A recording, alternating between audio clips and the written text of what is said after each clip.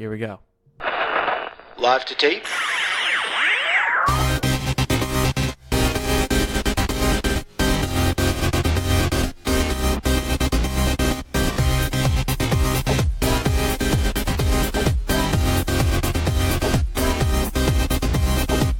Welcome to Millennial Season 4, Episode 8. I'm Andrew.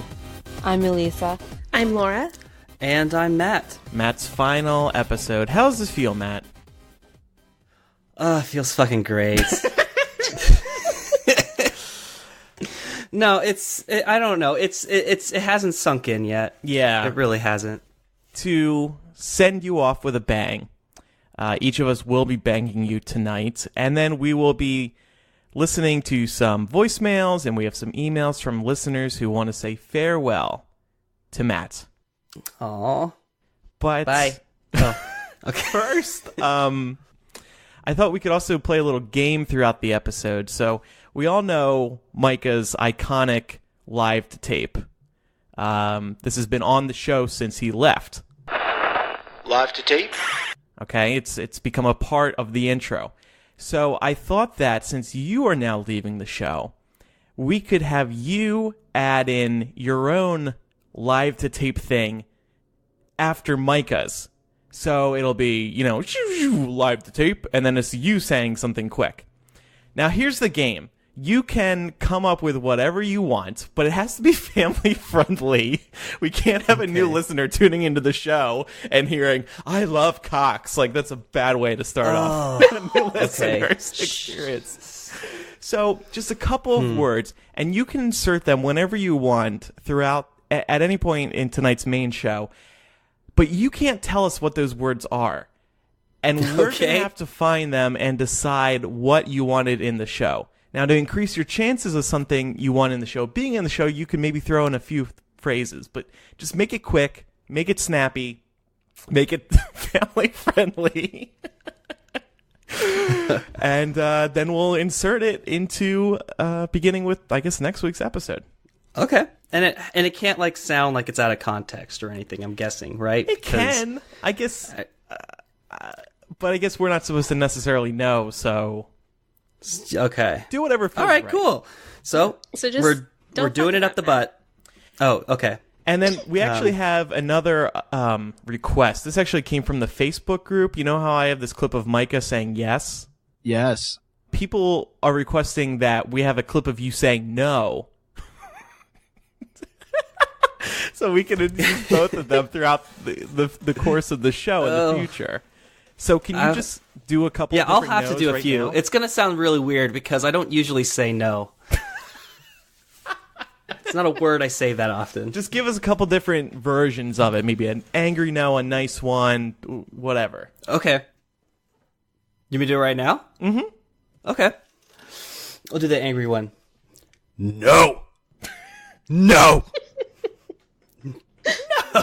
Oh no no no no no no no no no no no no no no.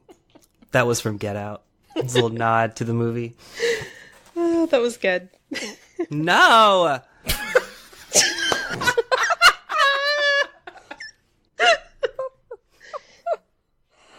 No, sir.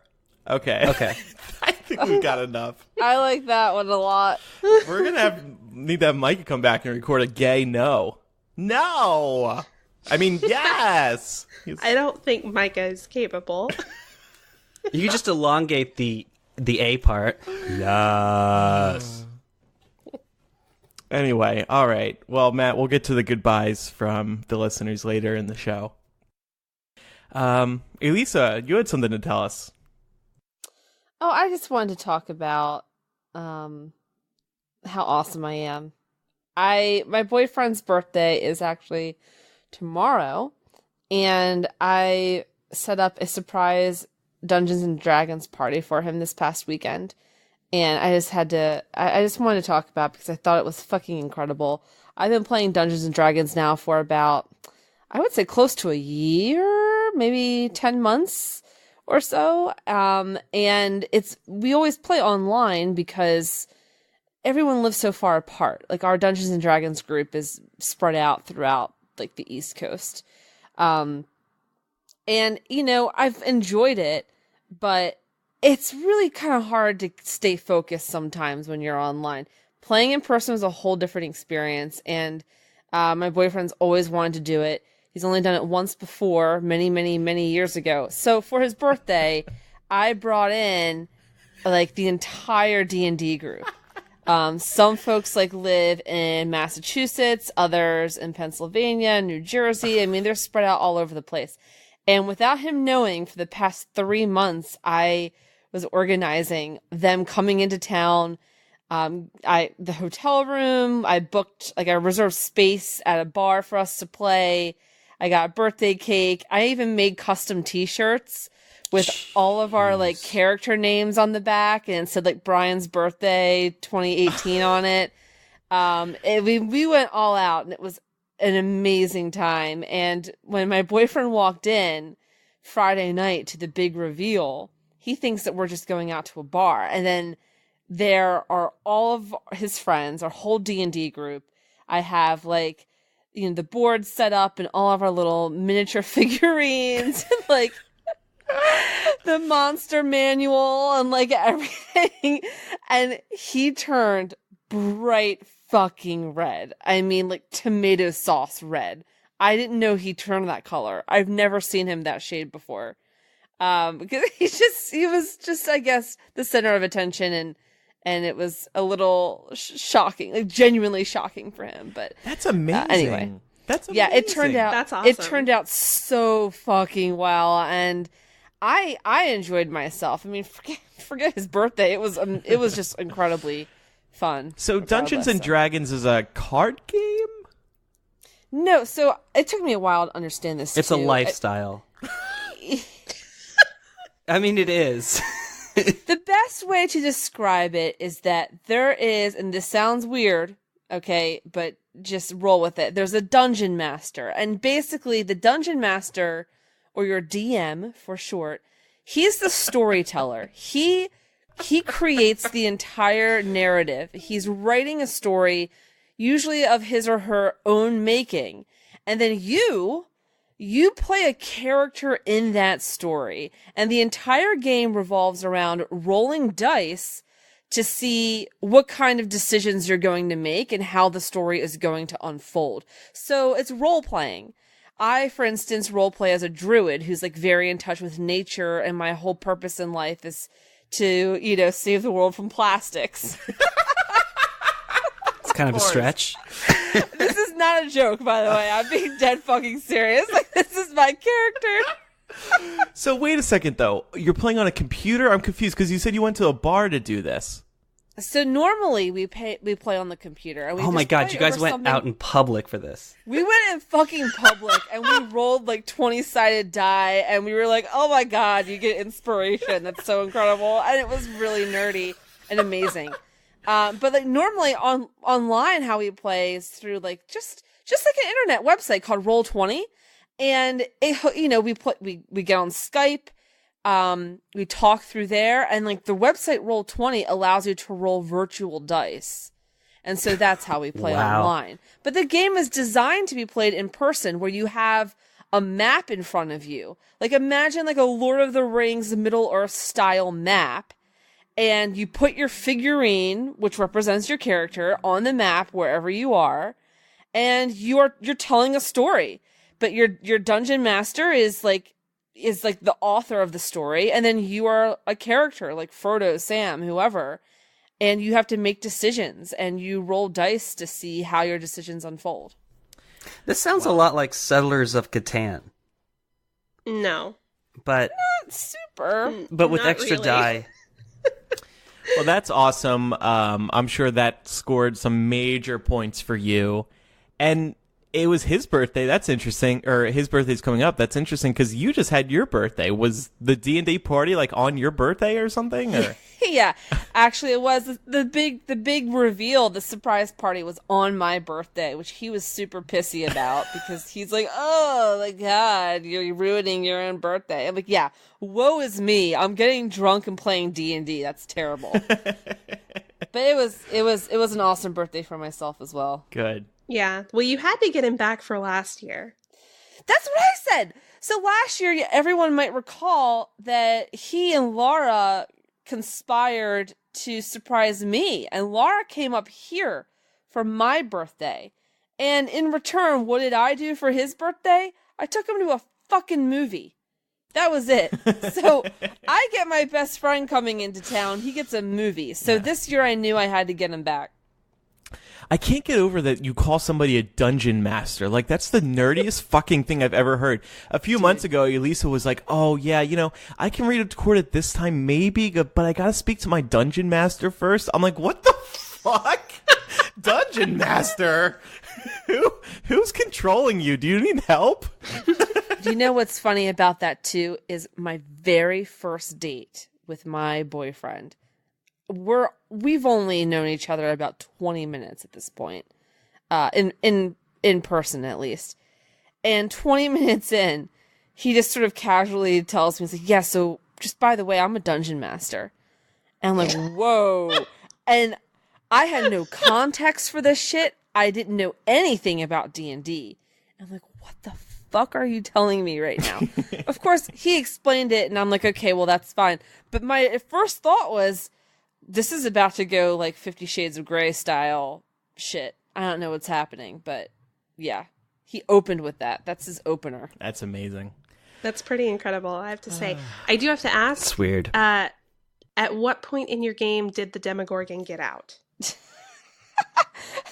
This is important. Yeah, what happens if you die, like, halfway through the game? Do you still have to sit there? No, first of all, we don't have a Demogorgon in our campaign. Not yet. Not yet. Okay. No, first of all, the dungeon master kind of decides whether or not you die. He can just choose to incapacitate you or knock you unconscious. So it's at his discretion, and oftentimes he takes mercy on us. But if you do die, like actually die, usually you just create a new character. Or find some way to resurrect, but usually just create a new character. All right. Anyway. Enough nerd We can talk. move on now. I'm sorry. At the end of last week's episode, I asked for recommendations concerning PS4 games because I was planning on buying it. So I did dive deeper into credit card debt, and I bought a PlayStation 4 Pro. And I bought Overwatch, which I haven't started playing yet. Watch Dogs 2, which is the game I was trying to describe at the end of last week's episode, but couldn't remember the title of. And Zero Horizon Dawn.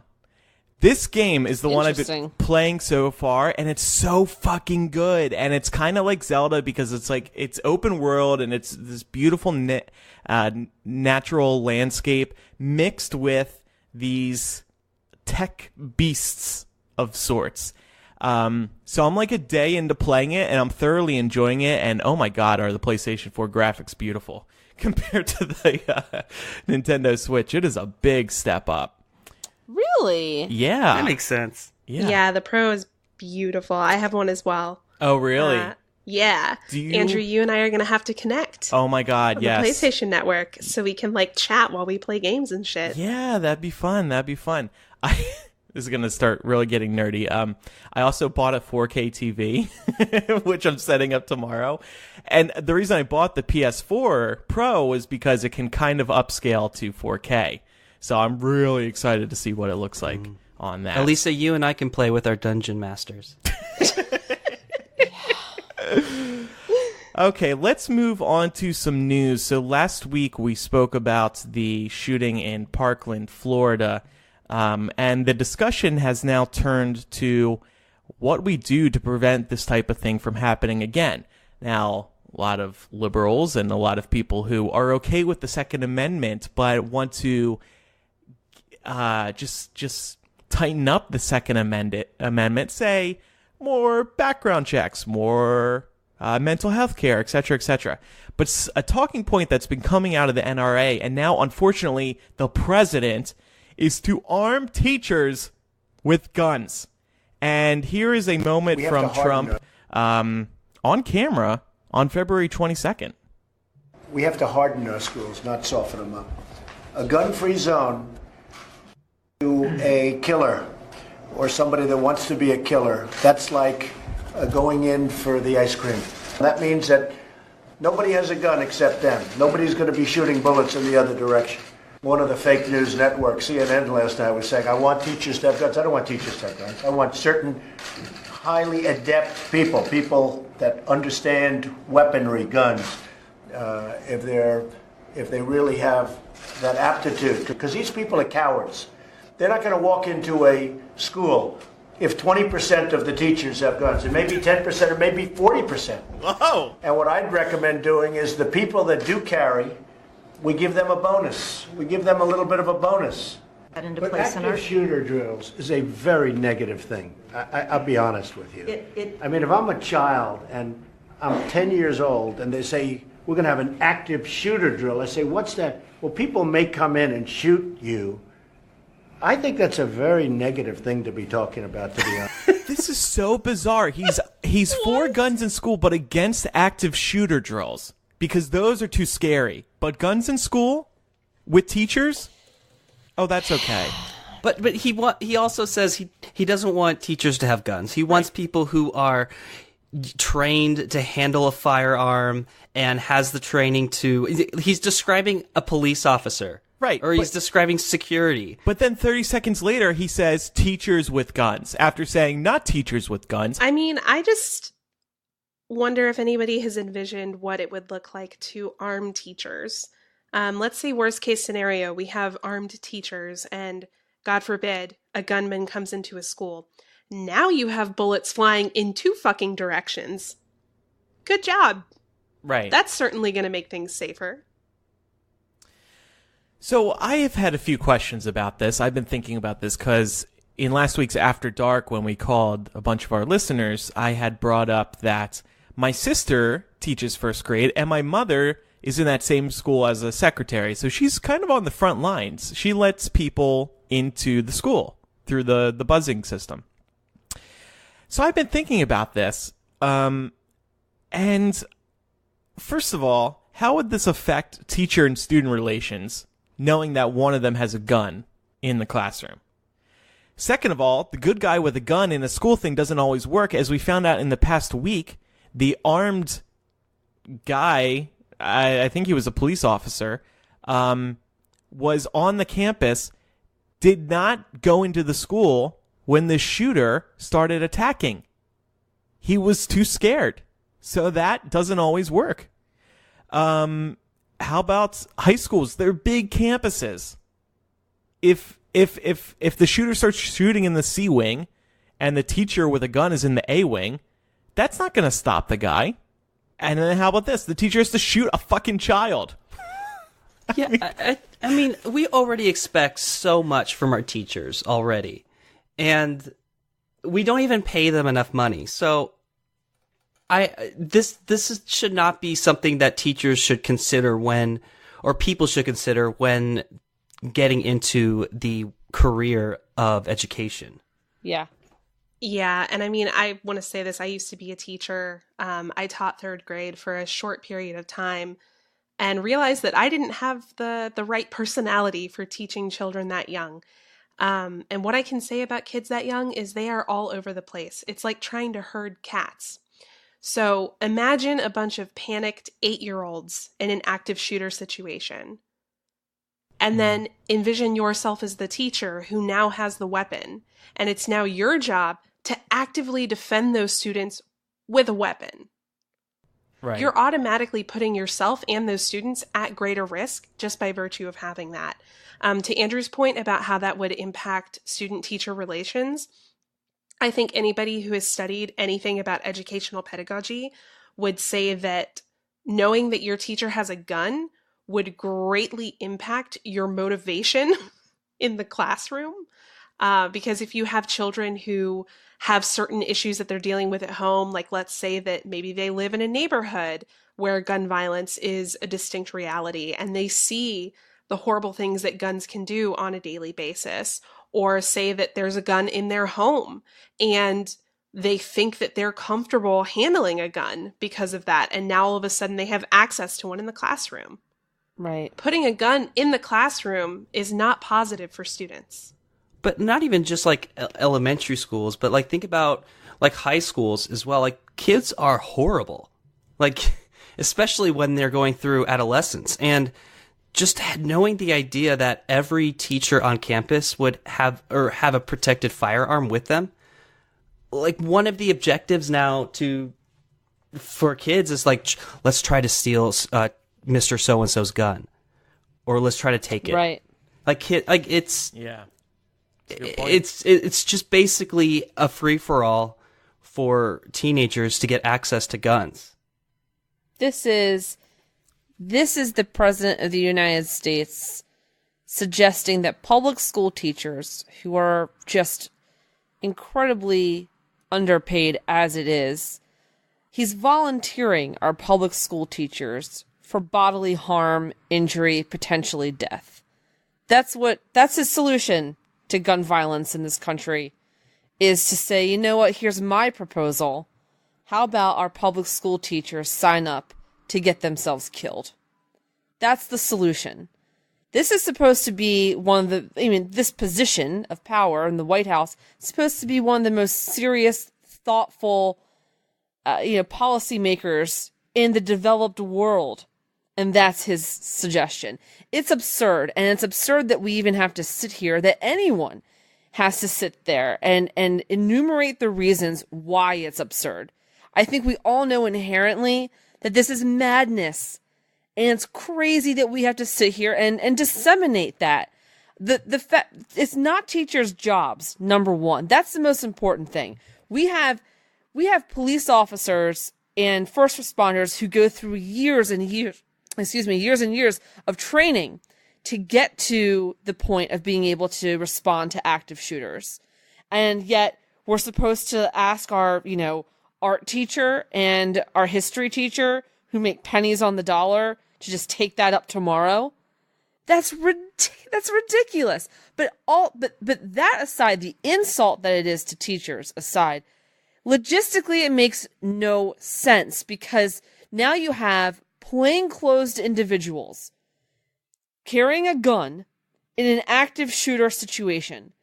The cops come in, and how are they supposed to, in the heat of the moment, in panic, how are they necessarily supposed to determine which plainclothes person with the gun is the shooter and which one's the teacher trying to stop the shooter?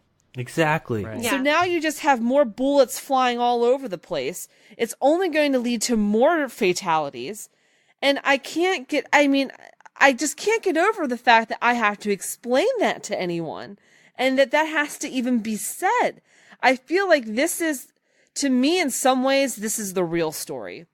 The real story is the fact that once again, Trump has gotten the entire country to sink to his level and to even humor these thoughts. Yes, the majority of us are sitting here saying how crazy and ridiculous it is, but it should be so absurd that we laugh at it and then move on.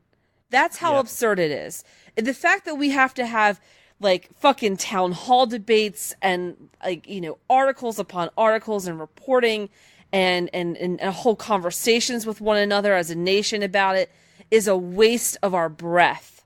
I know. It's so frustrating we have to even talk about it. Well, and I think it boils down to the fact that, unfortunately, much of the people who are on the Republican side of the aisle in American politics right now don't actually care for a solution. Because the solutions that might actually impact something are going to cost them money one way or the other. So it turns into a discussion about, okay, well, you don't want to change gun laws, then we have to start upping our school infrastructure so that schools can withstand these kinds of attacks. So looking at a school in Indiana, by the way, Real School has implemented a very sophisticated anti-shooting type system where they have cameras all over the school that allow them to monitor at all times. They have smoke bombs installed in the ceilings that actually spray down like a blinding smoke that burns the eyes of somebody who's wandering in the hallway who shouldn't be there. The sheriff's office can know automatically when an intruder enters the building because they have a direct line to see all of that. They also have a panic room style thing in their office where somebody can be monitoring those cameras all over the school to report directly to the sheriff's office who's wandering around and what's happening. And the cost of all of that for that one school was $400,000. And I guarantee you, they don't want to spend that kind of money. So really, this just boils down to money. They don't want to spend the money, and they also don't want to give up their generous donations from the NRA. That's it.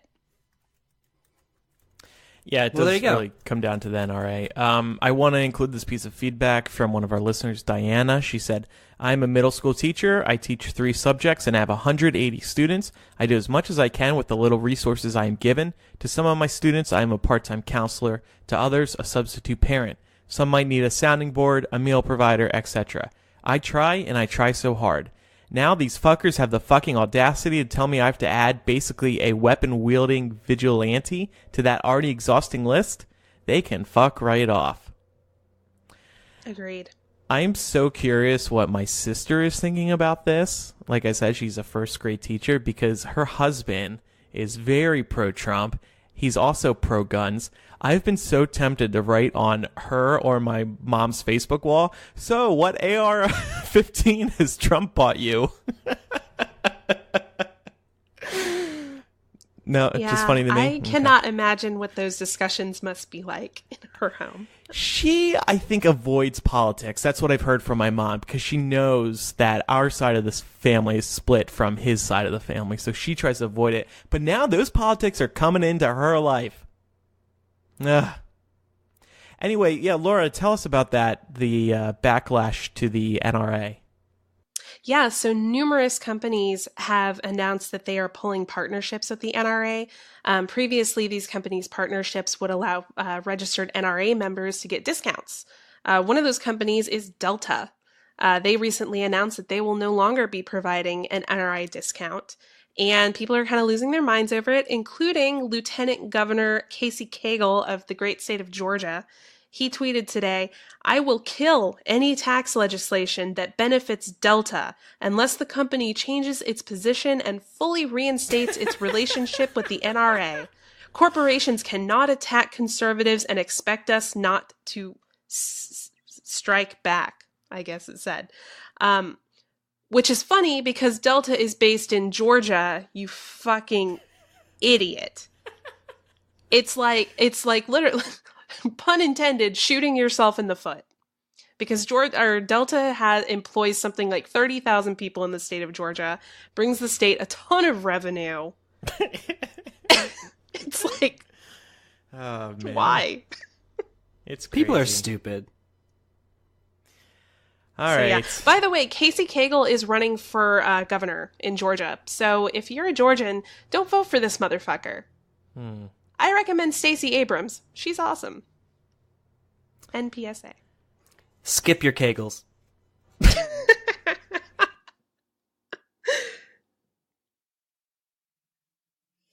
So Iceland is about to make some history. They're set to become the first European nation to ban male circumcision. The law will impose a prison sentence. This isn't just a penalty. This is no joke. The law will impose a prison sentence of up to 6 years for anyone who performs a circumcision without a clear medical need. Religious leaders are decrying this law as being discriminatory and, quote, a dangerous attack on religion, and something that will make life for Muslims and Jews unsustainable in Iceland. Currently, it's worth noting, 1 in 3 boys worldwide are circumcised for religious or cultural reasons.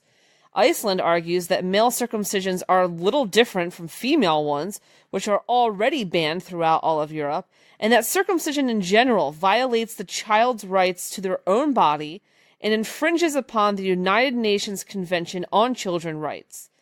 Now, the government does acknowledge that parents have the right to give religious guidance to their children, and however, such a right can never exceed the rights of the child. Boys who wish to be circumcised for religious or cultural reasons may do so when they reach an age at which they can, quote, understand what is involved with such an action. So I think we've talked about circumcision in the past on the show briefly, but I think we're really seeing a shift here in in the way that it's manifested in terms of laws. We have cultural conversations, but this is actually, a law that's going to impose a prison sentence on folks who do it. So I thought this was worth noting. Certainly not something that's being covered mainstream. So I don't know. I'm fascinated by this, and I have pretty set feelings on the matter, but I wanted to get your guys' thoughts. And first of all, who here is circumcised? Well, I know you are, Elisa, and I know I am. I think all of us are circumcised. Hell no. Yeah, let me decide what I do with my foreskin and my child's foreskin. Thank you very much. It's just... Yeah, Go ahead, Andrew. I was just going to say, it's the cool thing to do in America, and I don't think it'll ever change here. Is it? Yeah. Is it a cool thing to do? I think it is I think we do it strictly because we have it done on ourselves. I think we talked about this too. Like a lot of, we talked about this in a previous season, and I think we even mentioned a study where most of the men that were interviewed about why they circumcised their child was mainly because they were circumcised when they were born. Right. Mm-hmm. There's certainly, for instance, I have male family members who are significantly younger than me. I was, in my teens when my cousins were born. So this isn't weird. I just know this because I was 13 when they were born. But I know for a fact that they were circumcised because I remember that happening. And my family's not religious at all. There was no religious reason for doing it. There was no medical reason for doing it. It was purely just, this is kind of the thing to do. And it's just what seemed natural and normal, bizarrely enough. But I guess the question is, where do we draw the line? Where do we draw the line between a cultural or religious phenomena and, bodily autonomy?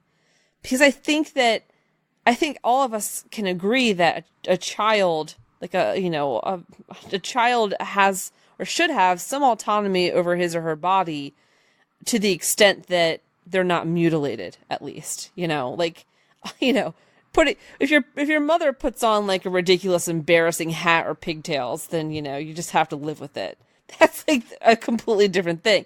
But when we're talking about mutilation or surgery, even any kind of medical modification to a body, shouldn't children's rights supersede that? But what's the solution here? Because you get circumcised at birth. If you don't get circumcised, does a doctor come to you at 15 and is like, all right, kid, do you want to be circumcised? And then you're fuck no, I don't want to be cut off. I'm 15. Well, right. Well, I think what Iceland is saying is that, basically that you're not allowed to be circumcised until you are of age and you can make that decision for yourself. And at that point, you can be anesthetized. You can be made numb so that you don't feel it, which, by the way, they generally do not do for babies. Yeah, which is absurd. Which is super, it's torture. It's super fucked up. We would never accept that in any other capacity. But what Iceland is saying is you can do it yourself or go to a doctor and have a doctor do it for you if you reach 18 and you decide, for cultural and or religious reasons, I want this done to me. That is and should be acceptable. The question is, should parents be able to impose that on, a 1-week-old infant? I have really mixed feelings on this because on the one hand, if I ever had a son, I would absolutely not circumcise him. Because as we've already established, there's really no medical reason to do it. I'm not religious. And it does cut a lot of nerve endings. Right. And so it actually does impact some of the sensitivity of the penis. But we don't live in the desert.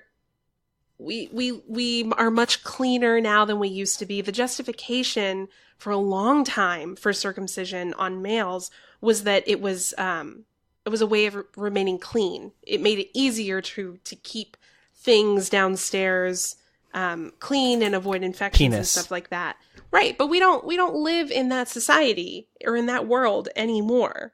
So, as Matt said earlier, it's just something that has been passed down from generation to generation because dads think that their sons should look like them.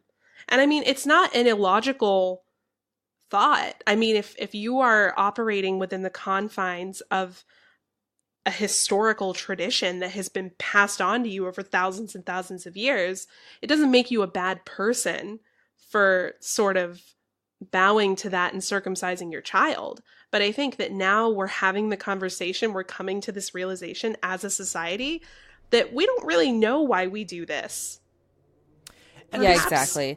Perhaps we should be open and at least saying, you know what, I don't personally have a problem with it, but I recognize it's fucking weird. I feel like if we got that far, it would at least mark some progress. Yes. Now, in terms of jail sentences, I don't know about that. So I think this is so ingrained in culture for some people that all of a sudden flipping the switch like that and saying this thing that has been done for thousands and thousands of years, all of a sudden you're going to get put in jail for doing, even though for you it may be an ingrained rite of passage, you know? So I don't know. I think it's fucked up and wrong. I would never do it. I'm kind of okay. I guess for me, the logical conclusion to my sentiments on the matter make me okay with the jail sentence, because my view on circumcision is that forced circumcision on a child or someone who's underage, forced circumcision, regardless of gender, is mutilation. That is genital mutilation. Forgetting this conversation, if you were to just at random one day, for whatever unknown reason, look up genital mutilation in the dictionary and read the definition, and then a few days later ponder that, you would realize, hey, fuck, this is literally the textbook Webster's definition of genital mutilation. And we don't accept it in females. We don't accept it in females. And by the way, I'm not talking about, circumcision of the clitoris, which is objectively different. I am saying that, for example, the whole argument about cleanliness can well be applied to the female labia. And if you were to, and trust me, women's junk can get just as unhygienic as men's, and it would be much easier from a cleanliness perspective to not have a bunch of folds flapping around down there. So why aren't we okay with snipping that off of young little girls? And so therefore, if we're not okay with it for little girls, we should not be okay with it for men, and vice versa. There should not be a double standard here. And if we accept that it is genital mutilation, then the natural conclusion is that it should be illegal. That's the natural conclusion. I think what, at least how I can vindicate the whole jail sentence thing, is that since it is the law now, that since if it goes into law, that means that no hospital or at least medical professional is allowed to conduct a circumcision on a child until that child becomes of age and decides for themselves. So if at any point if any parent wants to give their child get them circumcised before they turn that age, they have to go to like a third party or somewhere that is not that's not clean or could have very serious medical side effects, and that would technically be mutilation, and so that would be like a criminal offense to their child. Well, and that's how a lot of people who do this for religious reasons do it. I know that oftentimes they won't necessarily have their children circumcised in a hospital because circumcision is a religious ceremony in a lot of cultures. So usually it'll be performed... the Jewish faith especially. Right, it'll be performed... It's called a bris. Yeah, it'll be performed by whatever religious council they have in their temple or mosque or wherever it is that they practice. So I agree. I don't think that that kind of stuff should be happening outside of a medical setting. What I do want to say is that I have a little bit of a problem with comparing male circumcision to female circumcision. Not to say that male circumcision is better than female circumcision. I agree that they are both forms of genital mutilation. But I think the reason that a lot of people aren't quite as squeamish about male circumcision is because it does not have the long-lasting negative effects that female circumcision has. Female circumcision makes sex painful for women for the entirety of their lives. Male circumcision doesn't do that. It can if you remove the entire labia, but just yeah, like with but the male purpose of circumcision, male circumcision is for like health purposes, and Well, I was female gonna say, mutilation just is to punish the woman from having any pleasure during sex. I'm getting that saying right? that I'm saying that oftentimes female circumcision is mistaken for example, in instances where the clitoris has been cut off. That is not comparable to what we're discussing, because that's just not comparable. I'm just saying labia versus foreskin. In both cases, neither of them provide like inherent a lot of sensation, and snipping them off doesn't necessarily make a whole lot of difference. Laura's point is that it does make a difference, because snipping off all your labia can make sex very painful. That's true if you take off all the labia. But just like with male circumcision, you can go halfway. You can be half circumcised as a male. You can also be half circumcised as a female, in which case the pain is not really so much of a factor. So I know it's, they're inherently different genitals. It's not 100% apples to apples, but I think it's close enough. I just think that, especially as insofar as the law is concerned, we shouldn't have one law for men and one law for women, or vice versa. Period. Victor, who's listening live on patreon.com/millennial, says, I had to get one when I was 16 for medical reasons. It was one of the most physically painful experiences of my life. Oh, God, yeah, because you're 16, too. Like, you're going through all of these hormones. Mm-hmm. And, like, I remember when I was 16, like, I bump into a wall and I get a hard-on. So, the whole point, I think, like, you can't get an erection while you're coming out of recovery from that. Well, yeah, I would imagine not. Because you just keep tearing.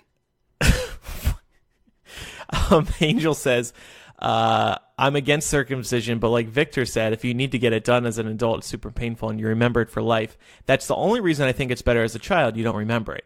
I have to agree with that point. I think it's none of us remember it. So it's good that it happens then, no matter what your position is on it. And I think the other thing is, for dads making that decision, I'm not so sure it's completely about what I have, my son should follow me. It's also just like normal. It's perceived as normal. That's the look. That's what you do. Right. It's normal because that's what dad has, and that's what dad's dad had, and his dad, and so on and so forth. And all these guys I see in porn, that's what they have, mostly. Some uncut guys. I do want to say, the last thing I want to say is, because I know I've gone hard on this, because I do have strong feelings about, mutilating infants, but I think I do want to say, in all fairness, freedom of religion and religious liberty is a bedrock democratic principle. We should not be curtailing it lightly, ever, for any reason. Even as someone who's not religious at all, like myself, recognizes that a free society must carefully and with your life uphold religious liberty and everyone's right to practice their conscience. But with all rights, there is a limit. All rights are limited in some way. As liberals, we talk constantly about how Second Amendment rights should be limited. You have the right to free speech, but you can't yell fire in a crowded room.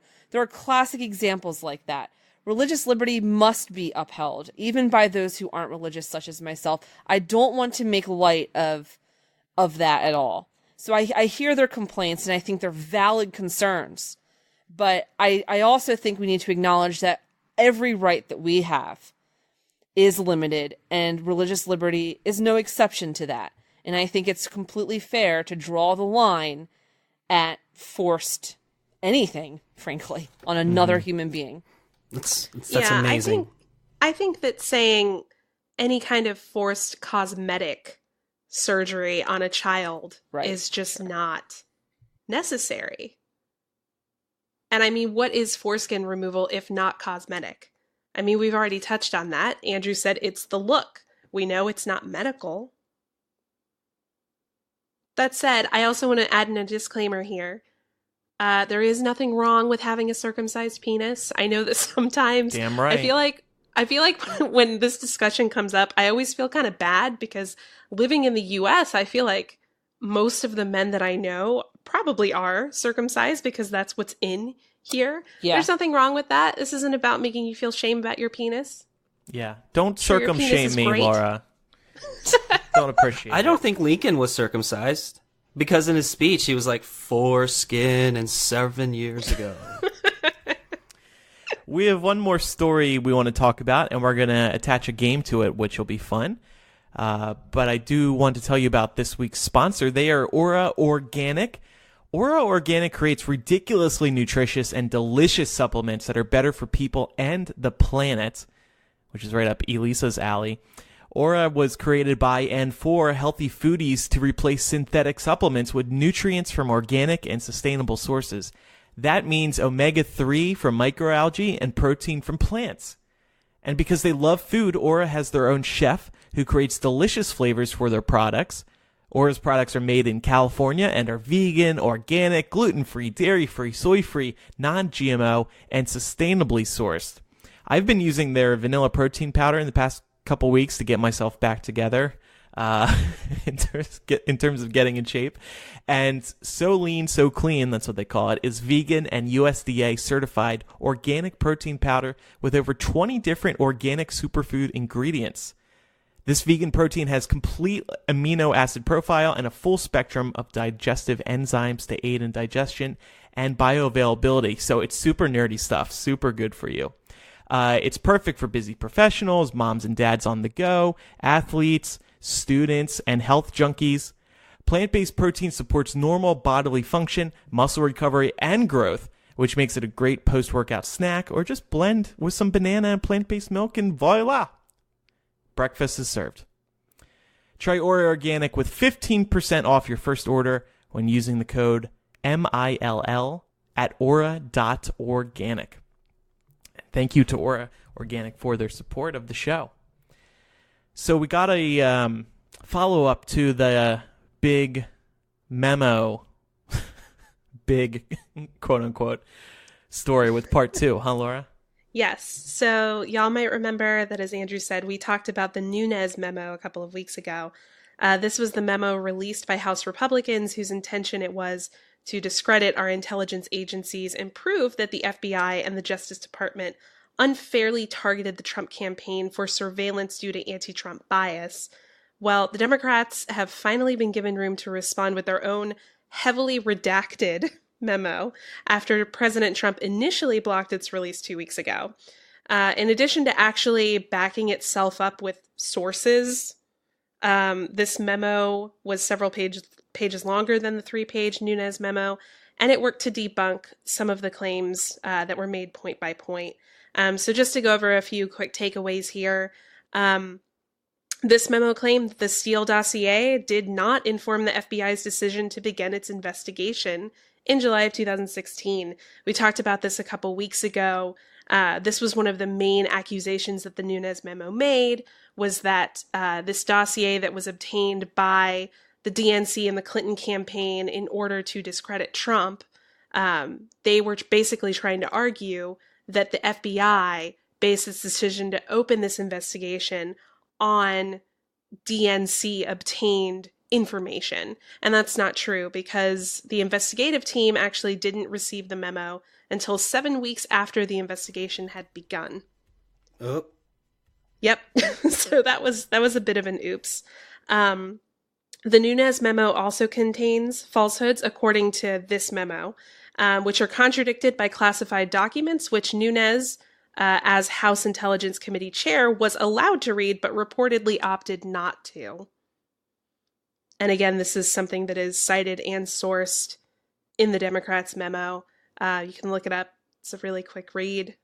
Not quite as quick as the Nunes memo, but you can't have everything. Zing. Another thing is that Carter Page had an extensive record of doing something redacted. We don't know what. It's crossed out. Prior to joining the Trump campaign, and that he had lived in Russia from 2004 to 2007, and had been recruited by a Russian intelligence officer for doing something redacted. And also that the Justice Department did not request a warrant to surveil him until a few months after Carter was no longer part of the Trump campaign. So this was another one of the accusations that was made in the Nunes memo, that he was specifically targeted for working on the Trump campaign. And it looks like it was actually more to do with his previous interactions with the Russian intelligence community. And finally, the fourth major claim that this memo purports to prove wrong is that the FBI and the Justice Department were transparent, the memo says, about Christopher Steele's background, reporting history, source network, and likely biases. The Nunes memo tried to claim that they sort of hid Steele's background when they were requesting warrants to surveil Carter Page and George Papadopoulos. And it turns out they were pretty transparent about those things when they went to court to request that warrant. So, sorry for the info dump, but that's kind of the main takeaways that I got from reading it. I don't know if y'all had a minute to read the memo as well. Wanted to react? I tried and I fell asleep after the first 3 sentences. I just don't care about this memo drama, because as soon as that first one came out, the Nunes memo came out, there was nothing in there that was very interesting, and Trump was grasping at straws, going like, "It totally vindicates me! The FBI blows ass!" And then we all, sort of moved on, so... but that's also the thing that kind of worries me, is I didn't really put too much stock into reading it, because this stuff happens so often now that once I read it, what good is it going to do? There's going to be something else that, should be shocking, but it's not, because we're getting desensitized by it all. Yeah, I think the point here is that none of this is shocking. And it should be. Well, I mean, the real point of this memo that the Democrats released was to defend our intelligence community, because the Nunes memo was effectively trying to destabilize any confidence that we, the American people, have in those communities, and trying to call into question the legitimacy of the Russia investigation. So the point of this memo is to go point by point through the Nunes memo and debunk all of the claims that it makes. I don't think that either this memo or the Nunes memo are groundbreaking, because quite frankly, they don't tell us anything that we didn't already largely know. Right. But I felt like we owed this a little bit of airtime, since we gave time to the Nunes memo. God, yeah, for talking about that joke of a memo. Mm-hmm. Stupid memos. Memos. I'm going to make my own memo. The thing that's so funny about this is the Nunes memo was not redacted at all. And the FBI and the DOJ were really pissed off about that memo, because they claimed that it does have some confidential information that they really didn't want released to the public at that time. The Democrats' memo, however, is heavily redacted. So we're going to play a little game. We've taken 3 heavily redacted sections from this memo, and we're going to try and fill in the blanks for you guys. If you're listening with us live at home, you can pull up the document for Season 4, Episode 8 and have a look, and send us suggestions of what you think the redacted sections say. So I'll go ahead and start. I'm going to read the section with the redactions first, and then I'm going to fill in the blanks. So this says, pages redacted in Moscow with redacted senior Russian officials redacted, as well as meetings with Russian officials redacted. So y'all ready for this? This is... Yeah, give us the scoop. Yeah, this is a bombshell. Page's intergalactic furry sex ring in Moscow with 12 senior Russian officials was found to be in negotiations with the Trump campaign for renting space at a planned Trump Tower hotel in Moscow, as well as meeting with Russian officials to determine the appropriate number of shirtless Vladimir Putin portraits to be displayed at said furry sex ring meetings. Holy shit. Yeah. Paige knows how to decorate. You know, and I thought the PP tapes were bad, but this is the real news. I can't wait to see John King cover that. All right, Andrew has one. Yeah, so as early as blank, a Russian intelligence officer, blank, targeted Paige for recruitment. Paige showed blank. Here's the exclusive. As early as 2013, a Russian intelligence officer knew the P-tape existed and targeted Paige for recruitment. Paige showed his wang to Donald before Donald decided Carter was girthy enough to pee on the girls. So Paige was the one who did the pee-pee? Yes, in the intergalactic space meeting. And girth is a factor. Yeah, I wonder how that decides that. Is this, hang on, we have 50% of our panel have penises. Does that actually make a difference? When you, if you're girthy, got more muscles in there, so you can kind of spray harder. I mean, I don't know, question. because I have no way of comparing it. You've never had a pee party where you all pee on each other? Well, not where we detach each other's penises and try and see how one flows better than the other. Whoa. We're not talking fire hoses here. I think we're going to need another memo. I think that's the only way we're going to know. The millennial memo. We're going to need another penis. All right, and we do have a final one here. I'll give it a go. George Papadopoulos revealed, redacted, that individuals linked to Russia who took interest in Papadopoulos as a Trump campaign policy advisor informed him in late April 2016 that Russia redacted. George Papadopoulos revealed in an accidental Vine clip that individuals linked to Russia who took interest in Papadopoulos as a Trump campaign foreign policy advisor informed him in late April 2016 that Russia had tried to force him to become a nuclear arms mule, implanting condoms full of nuclear waste in his ass. In a leaked Vine video. Oh, that's perfect. That was beautiful. Yeah. So we know that this must have happened pre-2015 because Vine still existed. I don't fucking know, Laura. Okay, I'm not one of your fancy millennials. I mean, we're just reading the report as it came to us.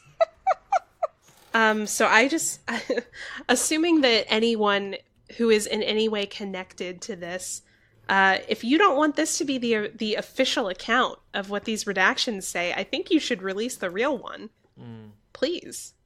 I like this one. All right. Well, moving on. We have a new sponsor this week, HelloFresh, and I was able to try them out.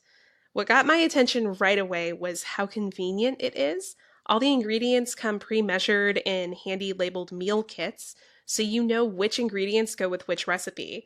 This was really great for me because I have a really busy lifestyle and I didn't need to worry about planning dinner, spending money on takeout, or gathering the necessary ingredients to make something other than mac and cheese or frozen pizza, which is my usual go-to. Same. I also loved the variety of what HelloFresh sent me to try. Kimchi tacos, pesto flatbread, and Mediterranean baked veggies. As someone who tries to avoid meat most of the time, but often feels like they run out of inspiration for preparing vegetarian dishes, These meals gave me things to cook that I never would have thought of on my own, which was made easy by the pictured step-by-step instruction cards that accompanied each meal. Elisa, I know you've used HelloFresh in the past with your boyfriend. Mark and I used my order together and had a lot of fun putting together a pretty snazzy looking meal. What have you and Brian liked the most about HelloFresh? So Brian and I have been doing HelloFresh for, really since I met him. So, a year and a half. Regardless of this advertisement or anything, we've just always loved HelloFresh. And a lot of it is what you said, so fucking convenient. But my favorite part about it, really two things. One is it kind of forces you to cook with your partner. And I think it's great. It's a great bonding experience. Like after work, instead of sitting down, turning on the television and ignoring each other, you go into the kitchen and you're actually doing an activity.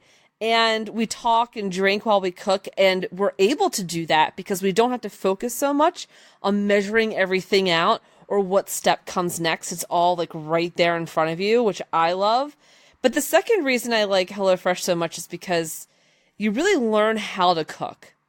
And you learn a lot of new recipes and little secrets to things that carry over into meals that aren't even HelloFresh's. So I learned how important, for instance, acid is in food, like having lemon or some kind of acid mixed in. And now I do that on like all my fucking meals, and it's a game changer.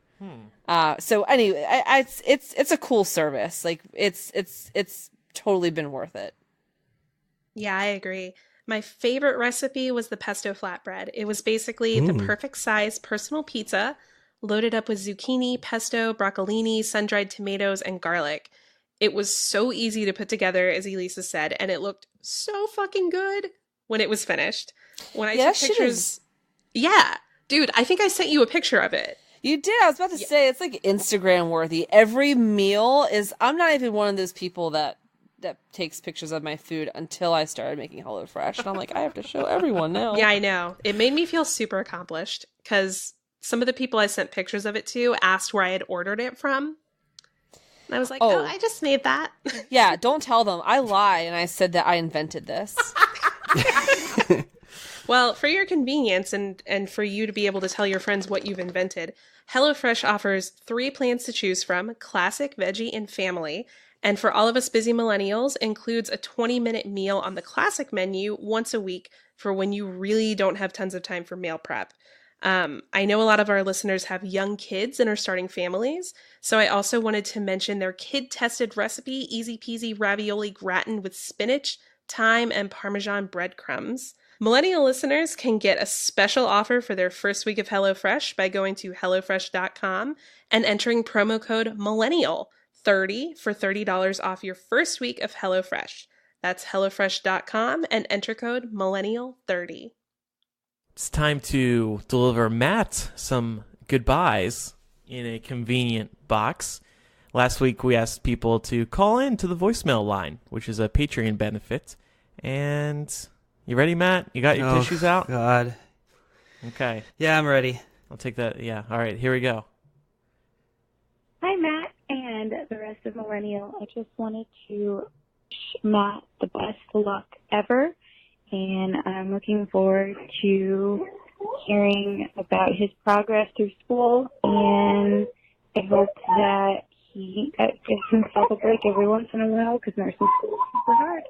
And I wish you the best of luck, Matt. That listener has a child. Yeah. That was and sweet. It sounded like the child was crying in the background, like mourning the loss of Matt. Oh, Yeah. Jesus Christ. Yeah. Matt, I just wanted to say you will be missed, and good luck on your journey to become a nurse. Become the Greg House nursing. And just so you know, I don't completely blame you for 9/11. That is the nicest thing I think anybody has ever said to me. That was thoughtful. I still blame you for 9/11. I still blame myself. All right, here's another one. Hi, Millennial. This is Angel. I'm calling from Austin right now, but I am from Seattle. And I just wanted to say goodbye to Matt. I'm sad that he'll be leaving the show, but I'm really excited for him that he will be pursuing a new dream, and I'm very confident that he will be a great nurse. Matt was my first podcast crush back in the day, and I actually met him on the Twilight imprint tour like 10 years ago, and we have a photo together where he is hugging me. And so I just wanted to thank him for being so sweet when I met him, and yeah, wish him the best in the future. Speak to you guys soon. Bye-bye. We heard a lot about how nice of a person Matt is in real life. Yeah. Elise is laughing because she knows the truth. It's all a lie.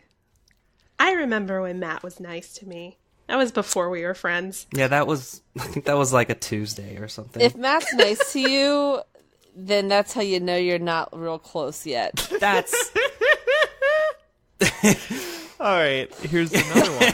This person's long. They get real honest, it looks like. Hi, guys. I hope this is actually the right number for the millennial voicemail. This is Betty calling. You guys surprise bitched me like not that long ago. But anyways, I wanted to call in because I know Matt's leaving, and he is, no offense to any of the other hosts, but he's probably one of my favorites because I just think he is so underrated. Matt always has these like really funny random anecdotes that I feel like sometimes he'll say them and like they kind of go unnoticed on the show, but they have me cracking up, and sometimes you guys like won't even acknowledge some of the shit Matt says, and it leaves me dying. But one of my favorite Matt moments was when he told Andrew, I don't think you were on the show, but it was when he was telling the story about some robber that like climbed up his apartment window or something and ended up like dying in his garage somehow because he fell out of a tree, and then like I don't know if he bled out or what. Yeah. But not that that's like a funny story, but the way he started it, like it was just like something that happened, and Lauren and Lisa were just like listening like it was a regular story, and then he got to the end where like the guy died and just like so nonchalant about it. I was kind of cracking up over it. Anyways, it's not going to be the same without you, Matt, and I hope you have good luck in your future endeavors, and I love all four of you guys. All right, bye. That was great. I was really curious to see where she was going with this story because it was a very dark story that I said. Somebody didn't die, though, right? Yeah, he died. Oh, okay. The great thing is that's exactly how you said it when you first talked about the story on the show. Yeah, he's got dead. Two more. Here's a short one. My name's Catherine, and my favorite Matt millennial moment is when the hosts had to write in confessionals about themselves, and Matt just wrote, "I'm high as a kite," and signed it off with his own name. Yes. Here's the last one we received, and this one's kind of eerie. Oh. Hey, Millennial. I'm Sarah from Fullerton, California. Matt, I just wanted to... Let me pause right there. That's why it's eerie. Fullerton, California, that's where we used to live. Matt and I. The fuck? Yeah. And say that I'm truly going to miss you being a regular host. I've always looked forward to hearing your take on things. I'm just going to miss hearing your voice so much. One of my favorite moments of you on the show was back in season 2 when you came up with the Game of Moans, which basically led to everyone inventing new sex positions like the snapping turtle. Anyway, I wish you all the luck with nursing, and hopefully we'll hear you on the show every now and then. Bye. That was great. I loved that game. That game was great.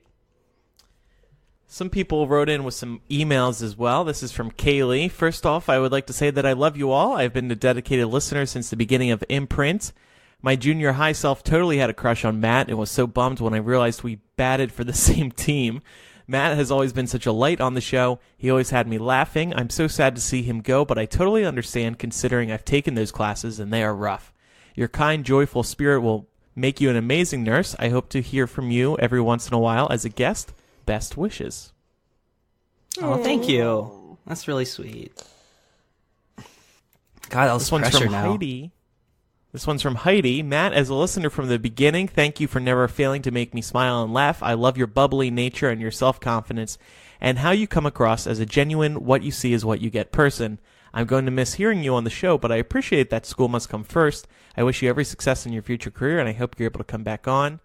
P.S. The picture used on Facebook to ask for messages was gorgeous. Not ashamed to say I still have a bit of a crush on you. Oh. Gross. Yeah, that picture was Matt in the Capitol at sunset overlooking the Washington Mall. Yeah, where the fuck were we? Yeah. DC was overlooking the Republic before Trump took over.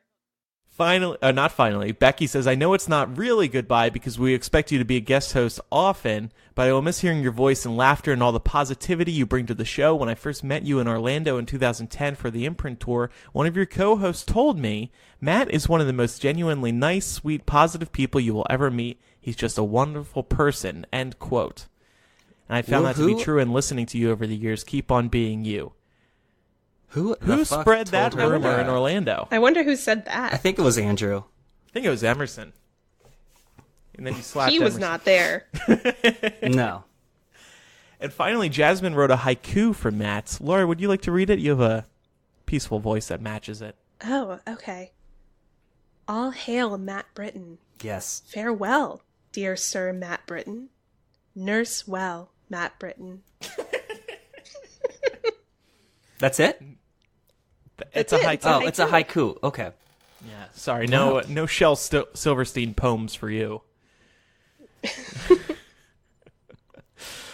Well, Matt, this is the end until after dark. But for now, this is the end.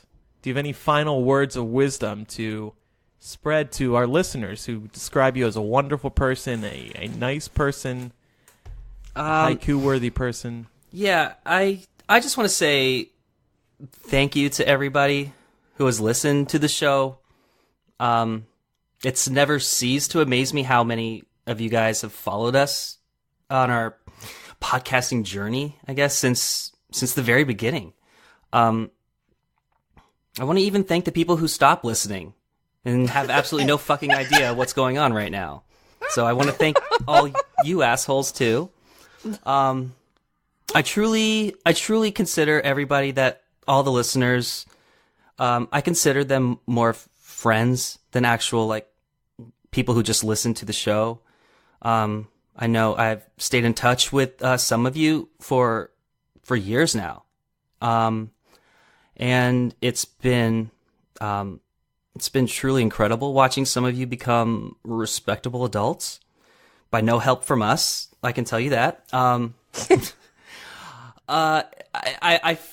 I have to say I find it very gratifying to hear that my humor has been, appreciated and even understood at times. It's not an easy thing. I'll say that. This community this podcasting area has been such an integral part of my life, and I don't think I'm ready to close the book on it just yet. But if by chance it is, I want to make sure that I say goodbye to you in some fashion. I have the utmost confidence in you two, or you three. There's three of you. Yeah, there's three of you still. The most confidence that you guys will be continuing the show without me. I've no doubt you'll keep it as amazing and as funny, I guess, without me. I don't know. But I just want to wish everyone listening to this the absolute best, and I will never forget those of you who have stuck with us, and I will always think of you. You'll stick with me like a scar, ugly and permanent. That was beautiful. Thank you. Yeah, I mean, I truly mean that last part. Say, you've left an impression on the show too, and I mean, we've all been podcasting together for so long, but I know, as we said before, this is a bittersweet moment, but I don't know, I'm just so fucking happy for you. Yeah, it is bittersweet.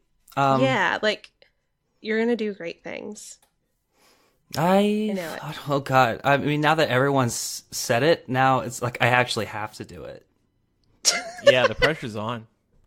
No, we all love you, Matt. We are absolutely sad to see you go.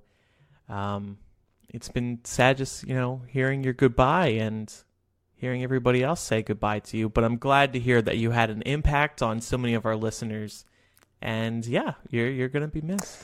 You're not gonna, you really are an irreplaceable voice on this show. I mean, there's just no way you have such a unique personality that. What a lovely way of putting it. And I know that sounds condescending and trite, and I don't mean it to. I'm being serious. You have such a unique personality that it's like, there's no one like you that I've ever known in my life, let alone on a show. So I do hope that we bring you back on at some point for an update, and I'm sure we'll hear from you again. But yeah, all joking aside, you're an asshole, but you're an awesome person, and I love you. You're our asshole, Matt. I'm your bleached asshole. Yeah, yeah, exactly. I mean, it's just sad to say. It's really weird to say goodbye because it doesn't feel like I'm saying goodbye. I get that. We love you so much, we would let you be our dungeon master.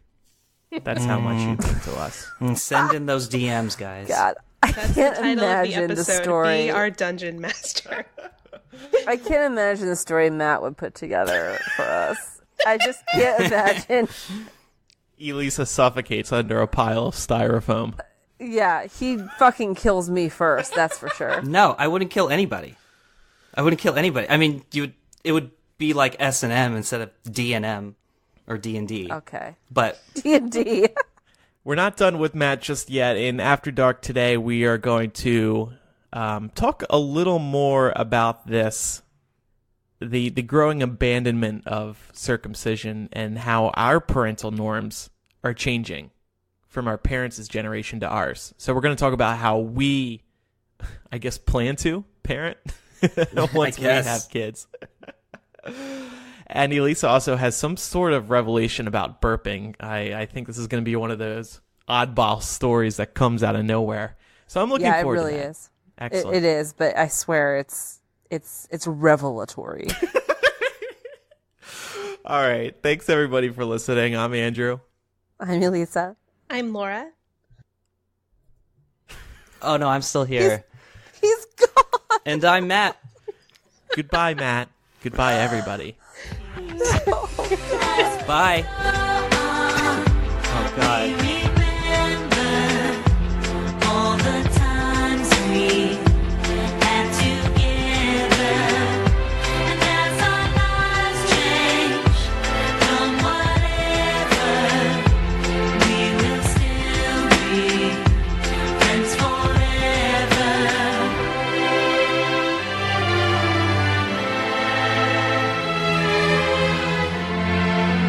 Yes.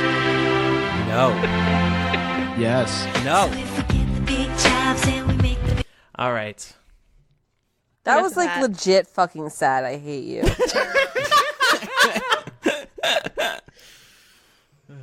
That was sad. God damn it. What? Were you not expecting it to be sad? What the fuck? No, I wasn't.